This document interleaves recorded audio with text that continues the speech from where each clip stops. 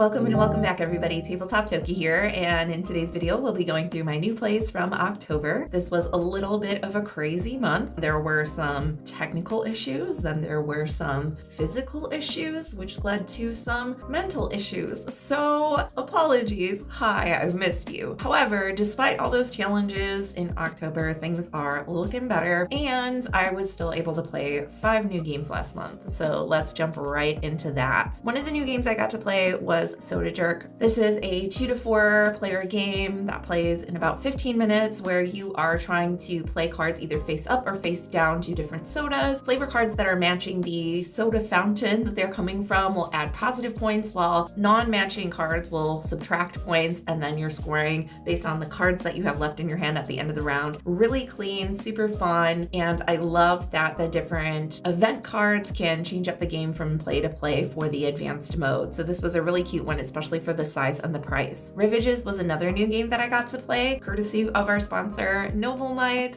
There is a link down in the description in case you need to pick up any fun games for the coming holidays or any other reasons. Rivages was one that I got in my last Noble Knight order. It is a roll and write, flip and fill style game where you are filling out different maps. All of the components are very nice, dry erase. This one does play only 1 to 5, which for flip and fill style games seems a little bit limiting, but because you are constantly cycling through different maps, it makes sense. I wouldn't say that this is the most in-depth or combo-tastic game, but it does overall have a really nice presentation. Another first play for me was Oishi Food Style Clash. Speaking of nice presentation, oh my goodness, this game is adorable. You are collecting different dishes in order to sell them to various customers. One of the little perks with that set collection is that as you get dishes, you can actually chain them together based on those 2 tops of the cards, the little types of foods that you're selling. So there was a little bit of strategy there. Overall, I felt the mechanics to be very simple and straightforward, and it really at the end of the day just felt like set collection, which if you're looking for a cute set collection game, this could be it, but for my purposes, I think it was a little bit too simple mechanically for me to justify keeping it in the collection. Another first play for me was Consenticle, which was one of my Grail games. This is a 2-player cooperative game where you are playing cards face down, revealing them, and trying to make sure that you're on the same page as your partner. I think that the base game felt like a lot of back and forth where it was just kind of random based on the cards that you might get and how you play them, but there is a Kinks expansion that's included in the game where you can get special powers, trading some of your tokens and anteing them for more flexibility. So I'm interested to try that out. I think overall, I'm super glad I got to try this one, and I had a lot of fun showing it off, but I don't know that it'll be staying in my collection even with that extra added module. And the last new game I got to try was Bremen from Uchibakoya Games. I actually added this on to my Sweetlands pledge, which y'all know I love Sweetlands. This is a 3 to 4 player cooperative trick-taking game, but instead of using actual cards, you get little animal meeples in 4 different suits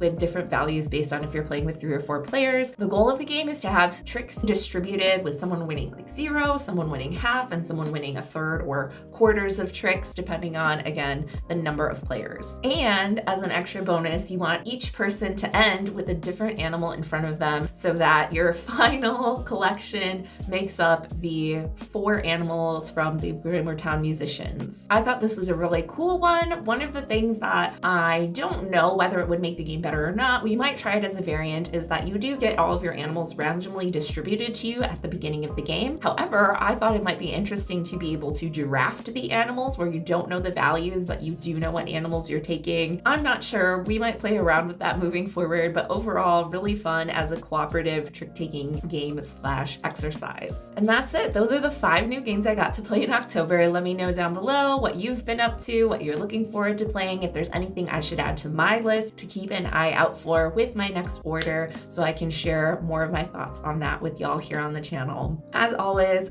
thank you to our channel members. Y'all are the best. Thank you to our sponsor, Noble Knight, and thank you for being here. We'll see you next time. Bye.